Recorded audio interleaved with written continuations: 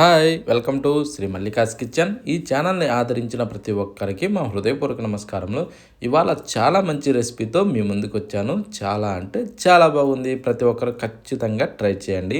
ఈ విధంగా చేసిన చికెన్ కర్రీ టేస్ట్ మాత్రం సూపర్ అంటే సూపర్గా ఉంది. ఇది ఎలా అంటే మనం పప్పులతో చేసినదంటే చికెన్ కర్రీ సూపర్గా ఉంది. ముందుగా మనం చికెన్ తీసుకోవాలి. నేనైతే స్కిన్తో తీసుకున్నా, స్కిన్లెస్ కాదు, ఓకేనా. స్కిన్తో తీసుకునేసి ఇలా చిన్న చిన్న ముక్కలుగా కట్ చేయించుకొచ్చుకున్నాను. కానీ కట్ చేయించిన తర్వాత నీట్గా కడుక్కోవాలండి. కడిగిన తర్వాత మాత్రమే దీన్ని వాడుకోవాలి. ఇప్పుడు పక్కన పెట్టేసి స్టవ్ ఆన్ చేసి ఒక ప్యాన్ పెట్టుకుందాం. ప్యాన్లో ఇప్పుడు మనం ఏం చేద్దామంటే ఒక 2 గంటలు నూనె పోసుకుందాం. ఆ నూనెని కొద్దిగా వేడెక్కనివ్వాలండి.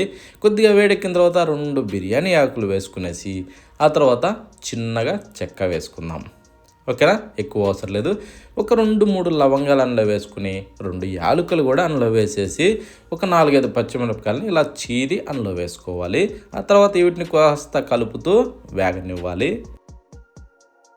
ఇలా కొద్దిగా లైట్గా వేగిన తర్వాత ఇప్పుడు మనం కట్ చేసి పెట్టిన ఉల్లిపాయ ముక్కల్ని అందులో వేసేసుకుందాం. నేనైతే ఒక 3 ఉల్లిగడ్డల్ని కట్ చేశాను.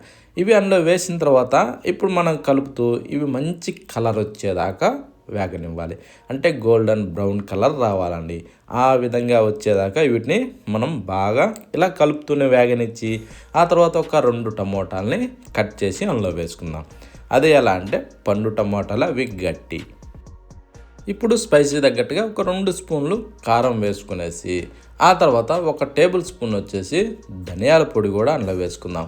ఆ తర్వాత చిటికెడు జీలకర్ర పొడి కూడా అందులో వేసేసి చిటికెడు పసుపు కూడా వేసుకుందాం. ఇవి వేసాక అల్లం వెల్లుల్లి పేస్టు 1 స్పూన్ అందులో వేసుకుందామండి. వేసాక కొద్దిగా నీళ్ళు పోద్దాం. అంటే సగం టీ గ్లాసు అంతమందం సరిపోతాయండి. పోసిన తర్వాత ఇప్పుడు దీన్ని బాగా మనం ఇలా కలుపుతూ మంచి కలర్ వచ్చేదాకా వీటిని మనం వేగనివ్వాలి. అంటే ఇది బాగా మెత్తబడాలండి. ఇలా తుక్క అంటూ ఉడుకుతూ బాగా మెత్తబడాలి. ఇలా అయ్యేదాకా మనం దీన్ని బాగా వేగనివ్వాలి. ఇది ఏంటంటే మనం ఇలా కలుపుతూనే ఇందులోకించి ఆయిల్ రిలీజ్ అయ్యేదాకా ఇలా వేగిన తర్వాత ముందుగా మనం నానబెట్టుకున్న పచ్చెనగపప్పుని ఇందులో వేసేసుకుందామండి. నేను పచ్చెనగపప్పును ఒక 2 గంటలు నానబెట్టి బాగా కడిగి ఒక 50 గ్రాముల పప్పును తీసుకున్నా అండి, ఓకేనా. ఇవి బాగా నానిన తర్వాత దీంట్లో వేసుకొని ఇలా కలుపుతూ ఇది బాగా పీల్చుకునేదాకా కొంచెం సేపు అలా వేగనివ్వాలండి, ఓకేనా. ఈ పేస్ట్లో కొంచెం సేపు ఈ పప్పులు వేగితే మరింత రుచి వస్తుంది.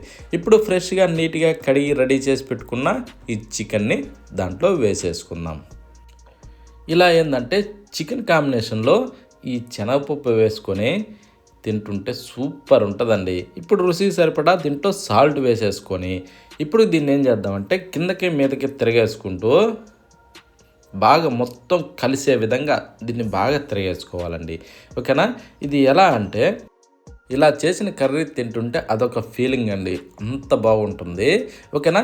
ఇంతకుముందు ఎప్పుడైనా సరే మనం ఇలా చికెన్ కర్రీ చేస్తే అన్నంలోకే కానీ, రాగి సంగట్లోకే కానీ, బిర్యానీలోకే కానీ ఇలా వాడుతూ ఉంటాం. కానీ ఇది మాత్రం చపాతీ, పూరి వాటిలో కూడా సూపర్గా ఉంటుంది. ఇప్పుడు 1 కప్పు పెరుగు వేసుకుందామండి. అంటే ఒక చిన్న ప్యాకెట్ ఉంటుంది కదా, 10 రూపాయల ప్యాకెట్, అంత మందం సరిపోతుంది.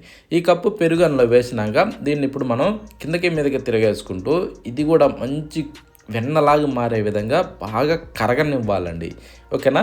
దీన్ని ఈ విధంగా కలుపుతూ ఇలా తుక అంటూ బాగా ఇలా మరిగేదాకా అయిన తర్వాత ఇప్పుడు గరం మసాలా ఒక సగం టేబుల్ స్పూను అందులో వేసుకుంటే సరిపోద్ది, ఓకేనా. ఇందులో ఎక్కువ మసాలాలు అవసరమే లేదండి, కానీ రుచి మాత్రం చాలా బాగుంటుంది. ప్రతి ఒక్కరు తినగలిగే విధంగా ఇది టేస్ట్ మాత్రం అదిరిపోద్దండి. ఇప్పుడు ఒక 2 నిమిషాల పులుసులో ఇమ్మనియాలి.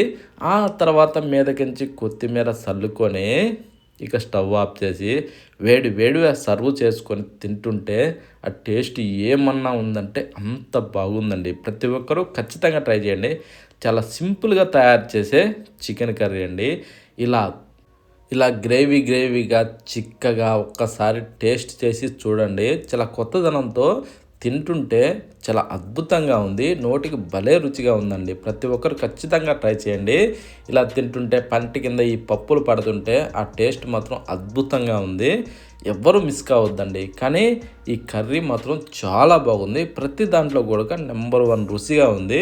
ఖచ్చితంగా ట్రై చేయండి. మరొక వీడియోలో కలుద్దామా?